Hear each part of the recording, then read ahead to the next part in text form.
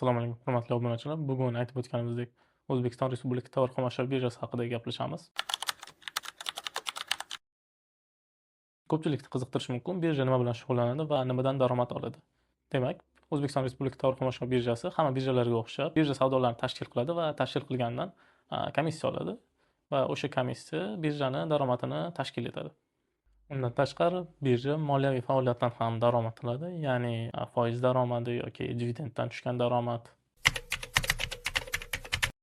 Moliyaviy ko'rsatkichlarga kelsak, birja 2025-yilning 3-choragini 254,1 milliard so'm sof foyda bilan yakunladi va ushbu ko'rsatkich o'tgan yilga nisbatan 11,3% ga oshdi. Lekin qiziq tarafi 2025-yilning 3-choragini o'zida birjaning sof foydasi o'tgan yilga nisbatan biroz tushgan va bunga bir nechta sabab topish mumkin. Masalan, endi birja asosiy tovarlaridan bo'lgan sakkizinchi benzin endi birja orqali sotilmaydi va undan tashqari avtoraqam, ya'ni mashinalar uchun sotiladigan avtoraqam birjadagi faoliyatini to'xtatdi va boshqa platformaga o'tib ketdi va birja endi avtoraqamdan tushayotgan daromadni ham yo'qotdi.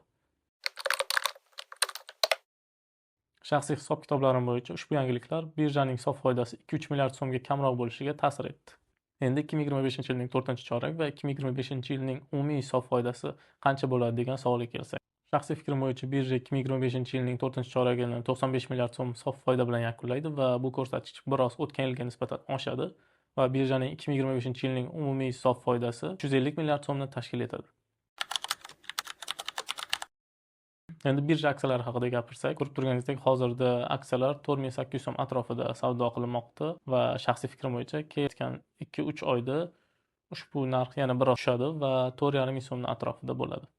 Asosiy sabab birjaning 3-chorakda sof foydasi tushgani va 9 oyga ko'ra sof foydasining o'sish tempi pasaygani. Shu sabab kelayotgan 2-3 oyda birja aksiyalari narxi 4,5 so'mgacha, hattoki 4200, 4000 atrofiga ham tushishini kutmoqdaman. Va keyinchalik dividend berish vaqtiga yaqin yana o'sishni boshlaydi.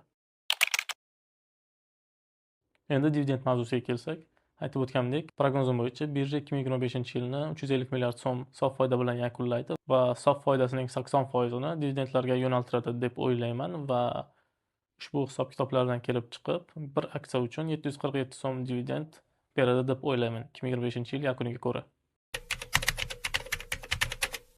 Endi asosiy savolga kelsak, hozirgi narxda sotib olish kerakmi, yo'qmi? Shaxsiy fikrim bo'yicha hozirgi narxda sotib olishga shoshmaslik kerak. Chunki o'sha aytib o'tganimdek, yana narxi tushishini kutmoqdaman va narx tushgandan so'ng yangiliklar va birja hisobotlaridan kelib chiqib, birja aksiyalarini sotib olishni o'ylab ko'rish mumkin. Agar ushbu video yoqqan bo'lsa, like bosing va kommentariyada tahlil va video bo'yicha o'z fikringizni bildiring.